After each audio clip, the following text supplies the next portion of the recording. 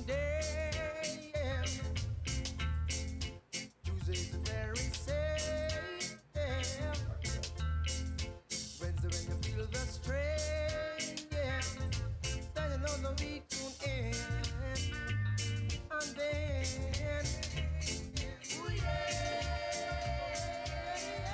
Well, I so this is how it started, if you remember. Yes. Yep, yep, yep, yep. come in, come here. 'Cause it's a working day. Yeah. Friday when you get your pay. Yeah. Yep, yep, yep, Yep. yep. Well, as I'm Sir Richie, Sunday's here. Sunday is there. And Yes, if it is Sunday, it is Sunday Scoops. that's right. And coming to you from Studio 4084. That's like Wait, so you have 4,084 students. 4,000 Studio 4084. But wherever you are this Sunday afternoon, welcome to Sunday Scoops. And today we are going to be walking down the dub street. You know, we pay a lot of attention to reggae and dancehall and rocksteady and mento and so on. But Yeah, we've never really gone and not into, just us to into that. You know, I think generally speaking, the public in general does not put as much emphasis on the significance of dub as a genre.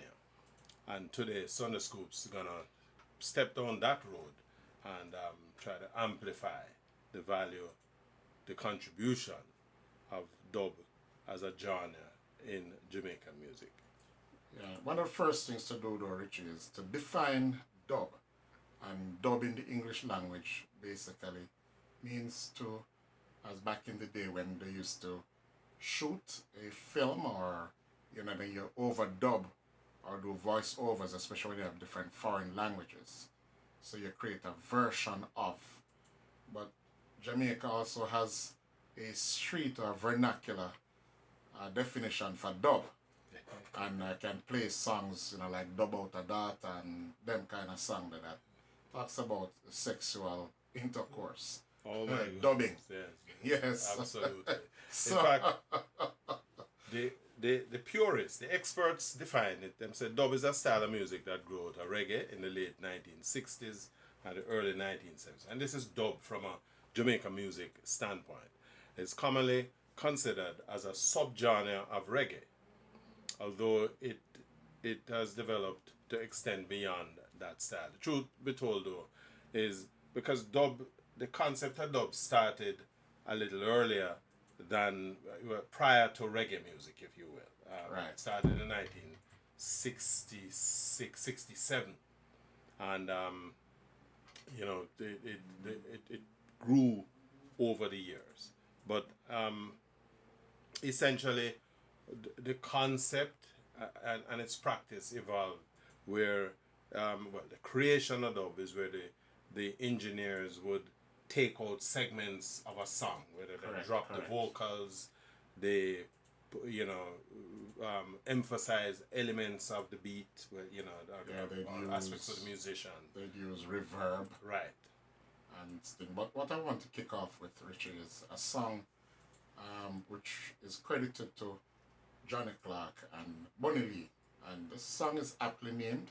I can tell you so that is basically the beginnings. But the name of this song is The Creation of Dub. It was the creation of dub. Johnny Clark and Bunny Lee. And that was in 1975. You can get that on an album called Listen Up, Dub Classics. Absolutely. No, I it's important that Bunny Lee, in fact, Bunny Lee is largely responsible for the career of Johnny Clark, but more importantly, it is, the Dog newspaper have it out there, I mean, support it, that Bunny Lee is essentially the father of dub in as far as the Jamaican music genre is concerned. Yes, it's the creation, the actual creation of the dub music started out with people like Osborne Ruddock or King Tubbies, as the world knew him as, and to a lesser extent people like Scratch Perry, Errol Thompson, among others. But it was Bonnie Lee who actually, one has to give him that credit. And in fact, Bonnie Lee, God, there is a story where he said himself and this guy Rodwood, or we call him Roddy, who was a selector from a sound out of Spanish Town. So they were at Duke Reed studio, and they were doing some recordings, pressing a record that he wanted some records for the sound system. I think you said it was a Paragons record. Yes, on the beach. Paragons on the beach. And him say what happened is the guy Smithy, who Byron the engineer, Smith, Byron Smith, yes. right? Byron Smith, the engineer, mistakenly pressed the a copy of the music that had no vocals, and Smith was about to throw it away, and Roddy said to him, "No, it's alright, just make it go on run." And then he went back and he did the vocal side. Now the following Saturday they took it to Roddy's sound and then play the music at so when Roddy dropped the vocals first and then he dropped on the instrumental, and the crowd was a little taken aback, but them start to sing along with the tune and them love it. And them say for about half an hour that instrumental version was on the turntable. And them say the following Monday him go check King Tubbies, and him say, "Boy, Tubbies, we do a little thing here the other night, and boy, the people them love it." Tubbies say, "What that?" I explain to him, and him say, "Boy, it's almost like it's a version of the tune, eh?" Yeah. And so the whole concept of dub came out of as a youth growing up, God, we used to refer to it as the version, and you were saying too that Coxon, who discovered. Yeah, according to Richard, Dog newspaper. Yeah, Dog newspaper. Said Coxon used to just sort of copyrighted the word version, and so even if it's not another studio created version on the back of a record, which was a common practice back in the day, that sometimes you had a side be a second recording on the back of a record, but most of the times it would just be an instrumental, and that's one of the things that I used to love. When you got to the jukebox and you punch a tune, you used to punch the version afterwards. Yeah, but so you could hear the version. You know what is interesting is that strategy with the version was more suited to the studio owners, because they were generating more product. In fact, when you buy a record with two tune and one tune on one side and the big tune on the other side, what it does is that the buyer get a big deal, because especially if the two sides of the record became hits, and so the record studio realized that this is a way to generate greater earnings. So they only put one record and the version on the other side. But the other thing with the dub as well is that to a large extent the sound system is really what opened the door to dub, because all sound systems especially in those early days, late 50s, the 1960s, always wanted to have a leg up on their competition, and so for them they wanted an exclusive record. And if you remember, God, that in those days they with the talent contest turning out so many young up and coming singers, most of them basically cut a tune and the sound system keep it as a special. Right. What also happened to is that studio owners owned sound systems. There you go. And it was also how the whole dub plate thing was formed, not to be confused with dub. A dub plate is a soft wax version of a song which the producer wanted to test out in the market. Call it a demo. A demo or a dub plate. Take it to the dance hall, test it with the crowd, see what kind of response was there, and then that would then, tell him if it was a viable record or not. In fact, they would basically it was a way that the studio owner would hold out on the song as well, because the more you run it through the dance, Yes, it's and, a greater and the get that popularity of the momentum. tune, right? Yep, So that so when you press it now for public and general release, the tune fly. But going back to what we were talking about earlier, Richie, about the songs and making a version then, or a continuation of what was going on. I'm gonna play another song that came out in 1977 with Dolphin, Nagohead Morris, and Prince Farai, and then I'm gonna play the dubwise version so you get to understand. Who would produce that? I'm not quite sure. Joe Gibbs. Joe Gibbs. Joe Gibbs, yes. At that time, Sly and Revolutionaries were part of that deal. So this is Susupan Rasta, and I was gonna play a couple of seconds, and then right after that, we just go right into the dub section. Susupan Rasta with dubbing Rasta, Jericho Dubwise. That was produced out of Joe Gibbs. They again, just retrospective again. We talk about the sound system and their desire to have this kind of exclusive um, records, because that's the way one sound system would outdo the other. And it also underscored that the how important or the significance, better yet, of the sound system to the development of Jamaican music. As you pointed out earlier, the record producer would, after recording a track, print a soft wax, or what we call an acetate, them used to refer to it as, and them use it as a sample record on them sound system. And there are so many different instances of that, but the once we got into the general record creation, now remember, if the record producer released the record to the market, what he would also do, or the different sound man would get variations on that record. So you would take a record, for example, and you drop the vocals, and then you plug in the heavier bass, which is what King Tubby's was doing. Right. Tubby's would take the actual recording and then accentuate it. So him either raise the emphasis on some bass. particular instrument, or him pump the bass and so on. And what is amazing is that, unlike the current day now where you have studios with 24 and 36 tracks, in those days it's 1 and 2 track studio, So a lot of these producers were actually using their studio. In fact, the studio became an instrument in and of itself. What the studio was doing is He uses a mixing board as an equipment, as an instrument, if you will, and so there's an iconic picture of Scratch Perry, for example, right? Scratch Perry in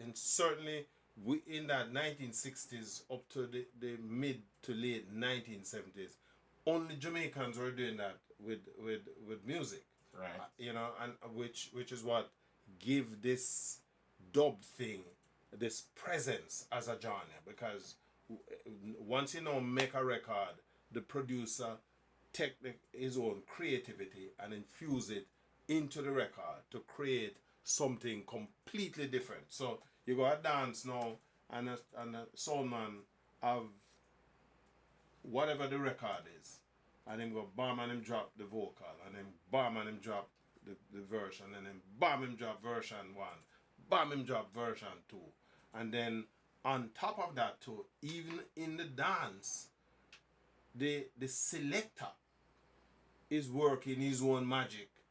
Where I emphasize now reverb, because some of the sound system them have them own Yes, I have their own reverb. reverb, and Or what at least they're back in the doing- day we used to call it echo. or the echo chamber, right? And so this is now adding a completely different dimension to the music, and giving it some additional life, right? So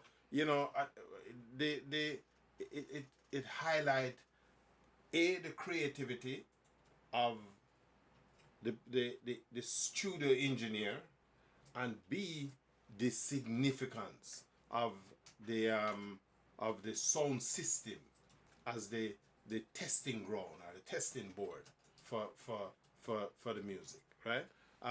Of course, as the concept grew, more and more sound system now became hungrier for try find a record that is going to provide that kind of difference on the night that the sound play to enhance them own reputation. Your thoughts? No, definitely, but what I want to do is, instead of me saying something, let me play a Lee Scratch Perry song called Vampire Horns Dub, and you will get a chance to hear what Richie is talking about, or what I said about creating that soundscape. Yes, and that was Wicked Can't Run Away, with a man who was murdered in the 70s, Green Day Killing. But this was a King Tubby's production. Listen, the Wicked Got to Run. That was the name of the tune. Yes.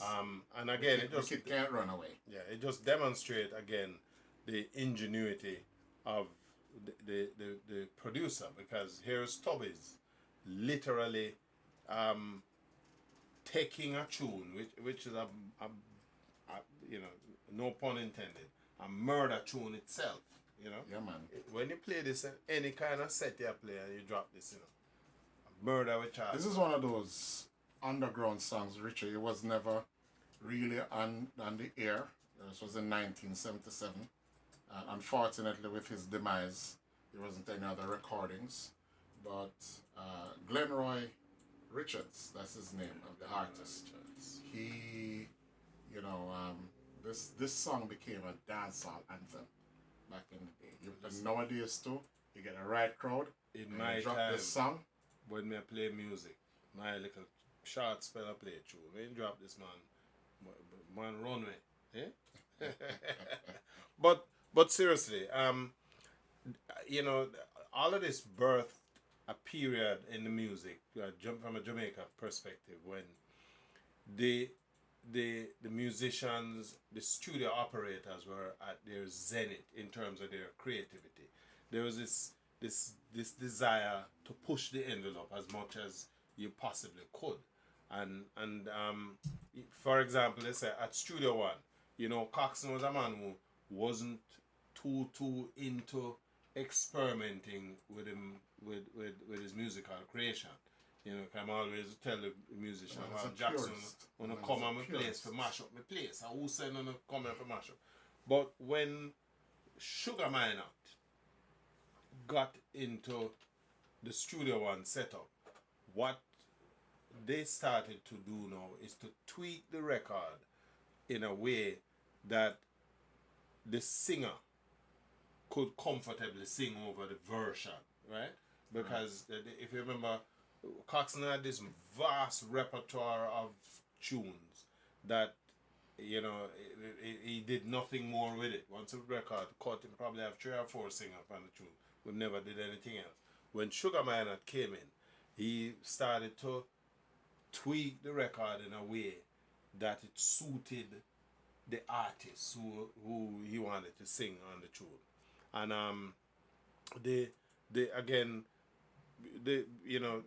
people wanted when you go to a dance, the sound man want a tune, even if it's a regular tune, he want a variation that was his own identity, and the dub gave them that, right?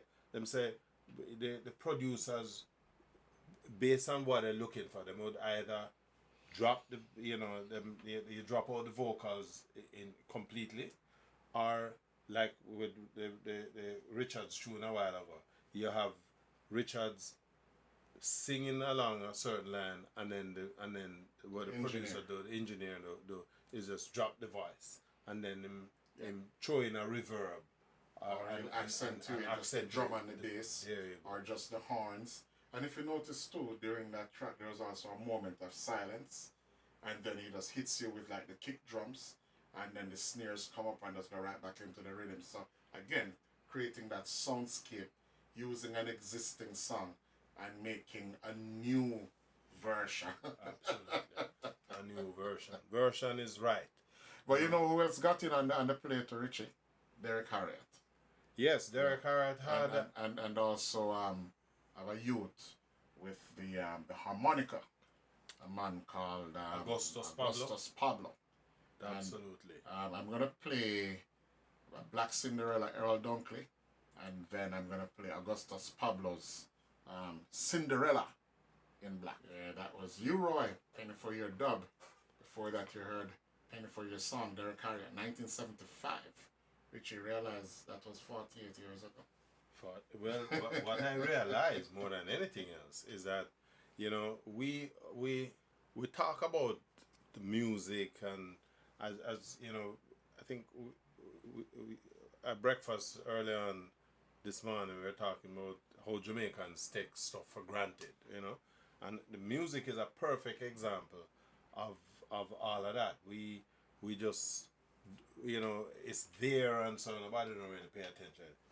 Dub came into existence technically while it started 66, 67 thereabout, as a genre. Which would make it 57 years. 57 years. 55 years old. I mean, arithmetic. Which school did you go in? 1966 to 73, Virgin. Oh, no, we're talking about 67. 67. Okay. All right. But anyway, not to worry. I'm not worried. but seriously, you know, 1973 to that how much? 50 years, yes, 51 years, right? 50 years, 50 years.